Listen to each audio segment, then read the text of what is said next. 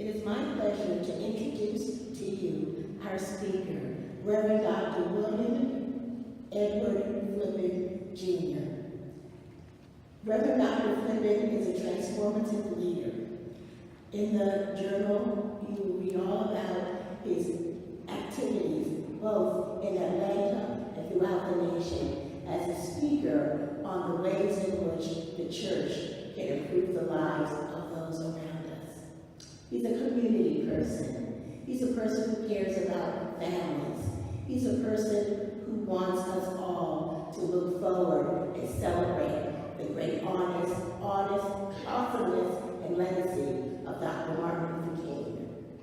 Reverend Dr. Flippin was born in Nashville, Tennessee, but grew up in Atlanta, where he received his bachelor's from Morehouse College, and he also went to Morehouse School of Interdenominational Theological Center, and received his Doctor of Ministry degree from Ashland Theological Seminary. Along the way, he earned 2 other masters. He is indeed a learned prophet. He's here today with his family, Kendra Phillips Flippin, and their daughter, Chanel, who we now call Melly. I think Melly is sitting here in the back because she gets a little excited sometimes. However, we're happy, yes, there she is. We're happy to have her here and welcome her to Tuskegee University. And please join me in welcoming Reverend Dr. William Flipper to give us the word this morning.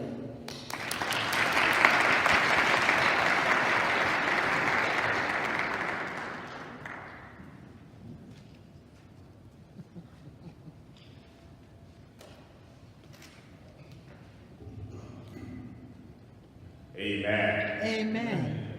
Giving honor to God, the head of my life, to the president of this great institution, historic Tuskegee University, Dr. Lilly, and there, to the first gentleman, Dr. George Roberts, to the dean of this chapel, Dr. Gregory S.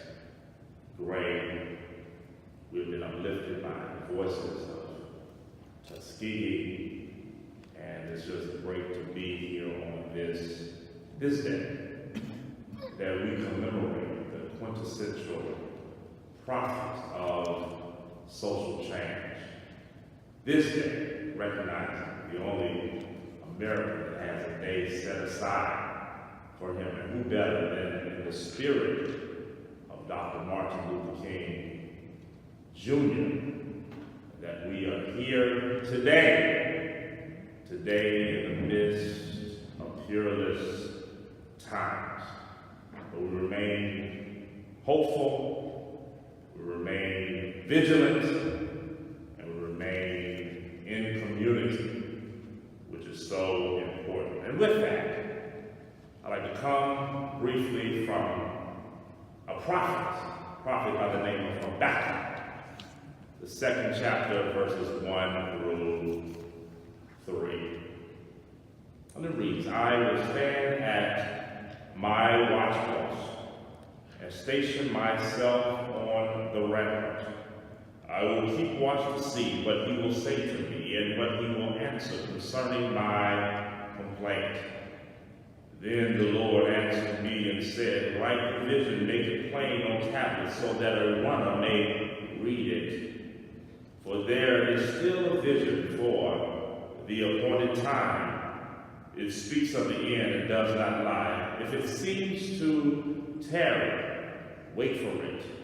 It will surely come, it will not delay. From this passage, I like to speak for a moment a visionary in hard times, a visionary for hard times. As we celebrate the birthday, the actual date is January 15th of Dr. Martin Luther King, Jr., we celebrate the fact that Dr. King was a visionary leader. Some may or may not ask why. He helped bring to fruition many of the visions he had. he lived to see, and others he did not. In 2019, with Dr. King's monument standing tall in Washington, we are ever mindful that there's so much work that still needs to be done to make many of Dr. King's visions a reality. War is still pervasive, as is poverty. The rich continue to get richer at the expense of the poor, and second-class treatment of one group of people or another due to fear or hate continues. These words from the prophet during times past focus on the necessity, meaning, and quality of a visionary leader and the sense of direction, hope, and relief it can provide for both the weary leader and the community of faith in troubled and uncertain times. In times like these, we need to hear words such as Dr. King's. Very quick points, and I'll take my seat. First one, at any age, becomes a visionary in hard times when they are willing and ready to discern the purpose of God with patience. Say with me, patience. Patience as they march through history. Habakkuk, word about God's silence, which he had to endure. That was part of the prophetic task. Not even a prophet could force God to answer what appeared to be a burning, immediate issue, even an issue defending God's and the prophet's honor. All the prophet could do was sit and wait for God's timing. This is Habakkuk's action here. He had a position much like the military watchman who had a post above the city, looking out for the approach of many enemies. I didn't say he built a wall to keep folk that looked like us away, but he sat there and watched the flow, the ebbs and flows and projections of the time. This tells us, beloved, God's will and purpose for humanity are revealed daily, but in the full realization of God's plan for humanity does not always come in our own time. Even so, God is an on-time God. The best humans can do is to remain spiritually and morally active while waiting for the fullness of the divine answer. Prophets of God still function in the midst of evil, oppression, and injustice. Today, they live in a nation marked by greed, bigotry, and intolerance, and in a world haunted by war, terrorism, ethnic cleansing, and genocide. The sounds of weapons of war permeate the atmosphere in places that the establishment has caused a stir of the vacuum of ISIS and the evils of ethnically inspired violence and genocide have in other recent times threatened the very fabric of human existence. The Bible says that write down God's answer and revelations. Others are to read and spread God's message. The Lord answered me, Habakkuk says. What beautiful words. The Lord answered the prayers and pleas of his dear servant. Imagine the prophet's emotions at this point in his long conversations with God. He had stood watch and waited expectantly, likely for a very long time. Now God's message had finally come, and Habakkuk was ready to receive it. Daryl Coley, who's my favorite gospel singer, says he's preparing me for something that I can't handle right now. The Lord, students, preparing you in this time of matriculation, in this time that you're being nurtured and learned in Tuskegee, preparing you for what is to come. God's revelation will be fulfilled in an appointed time. And this appointed time, as we know, is the return of Christ. God's plan is certain. The Lord's message to Habakkuk spoke of the end. Don't wait till the battle is over to shout now, because we know in the end we're going to win. Note that the Lord warned the prophet to be patient. He commanded Habakkuk and the people to wait. Beloved, we don't like to wait. Fast food industries. We don't even like going to the malls anymore. We're rather with a click of a button get our things.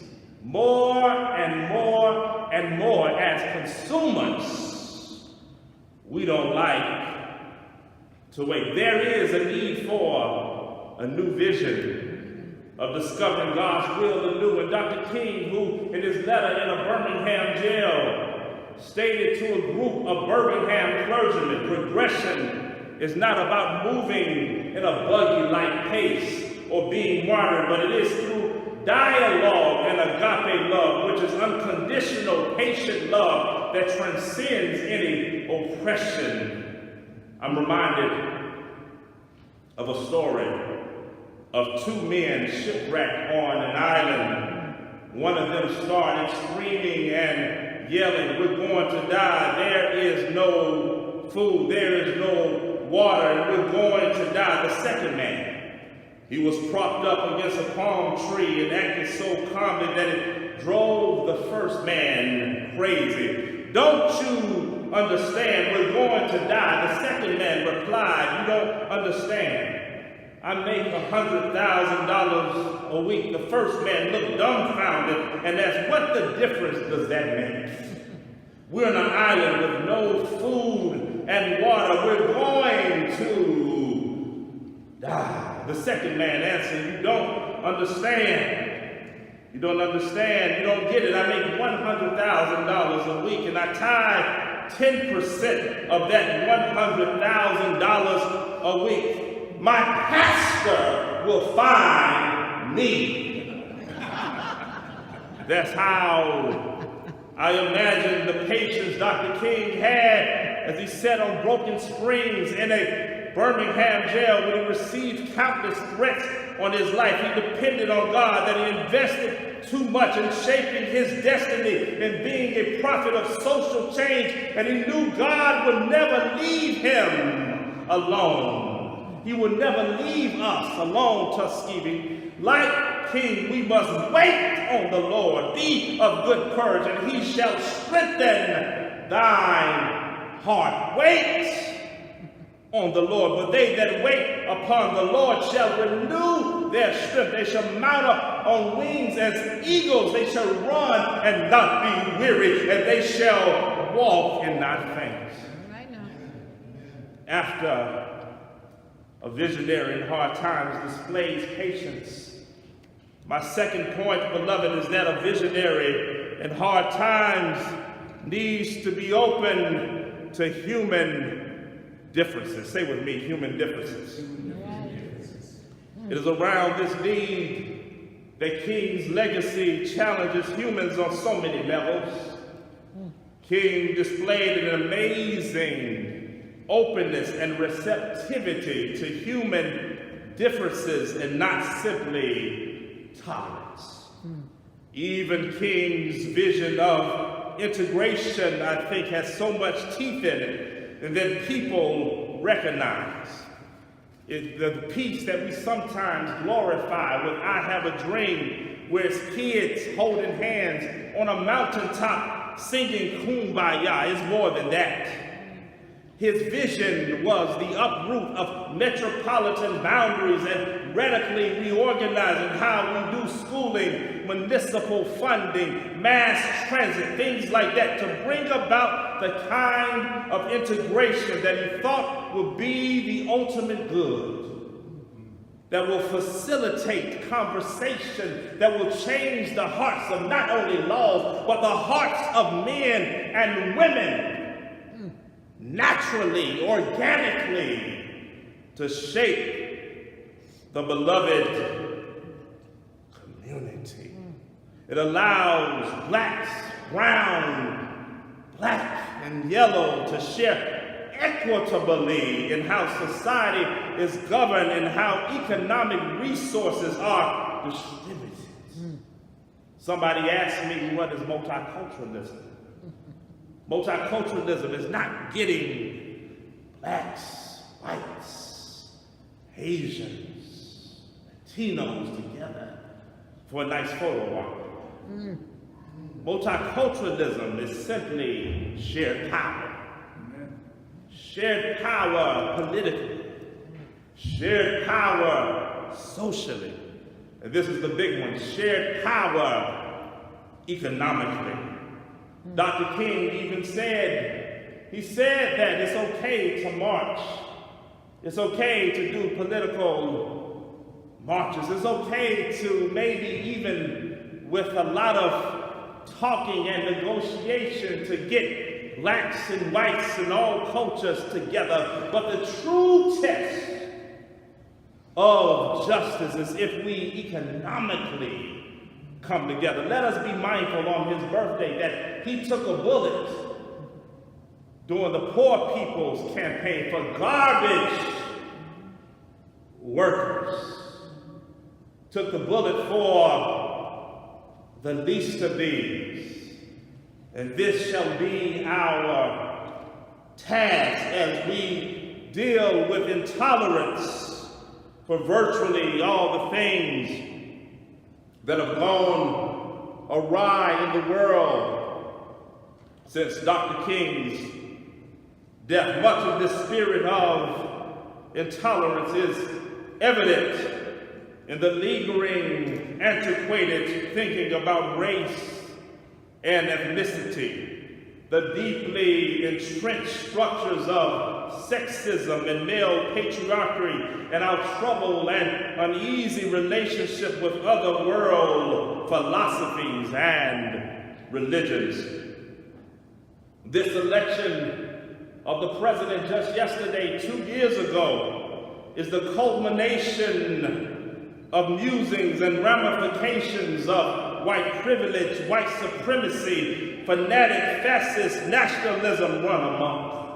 In addition, this is the culmination of vast right-wing extremism based upon abject, irrational fear, xenophobia, Islamophobia, homophobia, gender bias, racism, avarice, extreme militarism, illogical jurisprudence, theological underpinned, social, political, indoctrinated, and just sheer hatred. We're dealing with the salacious shenanigans of a malcontent, malicious, malevolent, lubricious, asinine, inept, insipid, benign, convoluted, ignorant, incompetent, disillusioned, egotistic, sexist, fear-mongering, vitriolic, vindictive, perniciousness, misogynist, Twitter, thugging, social media trolling, 3 times bankrupt narcissist, chauvinist, and civil rights social justice president with a cabinet that are extensions of this agenda and platform. My brothers and sisters, founding father Thomas Paine in his writings called The Crisis penned these words: these are the times that try humanity's soul. Yes. When our country is vacillating between mob violence, political induced tribalism, and consenting centrism, we have a problem. America is suffering from a cancer evil that has metastasized throughout the land. It has manifested itself in the symptoms of a heart attack of compassion, a stroke of mental rationalization and articulation, a hematoma of patriotism, a phlebotomic infection of extremism, systems of ophthalmological cataracts. Lastly, These are the things that threat multiculturalism, political trauma, whose motto is a pluribus unum. But there is good news. Good news to know just today that Senator Kamala Harris of California has announced her candidacy for the president. There's good news that 2.5 months ago that we elected as a United States Muslim sisters and brothers, the first African-American woman in the state of Massachusetts to have a congressional seat in 400 years. There is hope in the midst of violence. That hope is found in the World House, in the beginning of our cooperative faith of being together and being one and fulfilling life, liberty, and the pursuit of happiness. Can I get a witness? Amen. Oh, yes. A visionary in hard times requires patience. He or she requires openness to human differences. And lastly, a visionary in hard times must have a moral vision embodying servanthood. Servanthood, to me, is the most essential. It is amazing if you look at John chapter 13 that Jesus, it says, was sitting at the head table, and he didn't think it was too much for him to get away from the head table and wash his disciples' feet. There is a powerful scene in the movie The Godfather Part 3. Perhaps some of you remember when the Godfather, Don Corleone, is forced to visit the distinguished Cardinal Lamberto to tell him the bad news that a legitimate business deal involving the Vatican Bank has gone bad. The bank, he said, is run by the Archbishop and a coalition of Catholic businessmen. The Cardinal listens to the Godfather, then the Cardinal says something quite profound. He picks up a stone and says, "Look at this stone. It has been lying in the water for a very long time. The water has not penetrated it." Then he smashes the stone. Look, he says, peering at the smashed insides of the stone, perfectly dry. The same thing, the Cardinal continues, has happened to humanity in Europe. They have been surrounded by Christianity for centuries, but Christ does not live in their hearts. This is exactly what happened to the temple in Jesus' time. There were people in the temple who had been surrounded by the temple for years, but the God of the temple had not been allowed to enter the lives nor penetrate their hearts. As Paul once said, they had the form of godliness, but not the real thing. The hardest hearts in the world are not among the ungodly, but among the godly. It's among those who are the money changers. It's among those who are the consumerists. Too often people look at these people as religious. There's no accident that Jesus confronted in the Gospel of Matthew the Pharisees, religious leaders, more than any other place. That's why Martin Luther King Jr., Dr. King, in his critique of the Good Samaritan in his sermon, he says, there comes a time that we merely not fling a coin to a beggar, but we must confront the edifice that produces beggars. These are the very people that don't embody servanthood. We need to have more servant leaders. Leaders that will feel uncomfortable in driving in a $200,000 car. Leaders that will feel or critique themselves to say, why do I have a $1.8 million house and most of my congregants and those living around me live in Section 8? We must critique ourselves as Dr. King said, that I might not have money for his children in his last sermon in Ebenezer Baptist Church, February of 1968. But he just wanted to live a committed life, not be a drum major for himself, for his ego, but be a drum major for justice, be a drum major of peace, be a drum major embodying the servanthood that is so essential of our lives. Let us be caretakers of our community and continually ask ourselves today, what am I going to do, or what will I do for someone else besides myself? What are we going to do for others?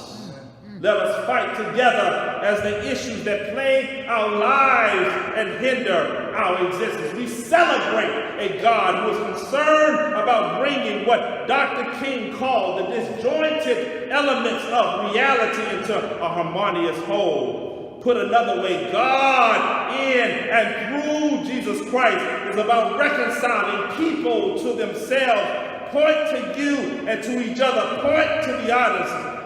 May we nurture Dr. King's dreams planted in our hearts and our minds of our children and live out its true meaning in our daily lives. And everything he did for others, Dr. King made it plain. If we become visionaries that are patient, visionaries open to human differences, and visionaries that embody servanthood, mere service, then there's no doubt in my mind we shall and we will overcome someday. Thank you. Amen. Amen.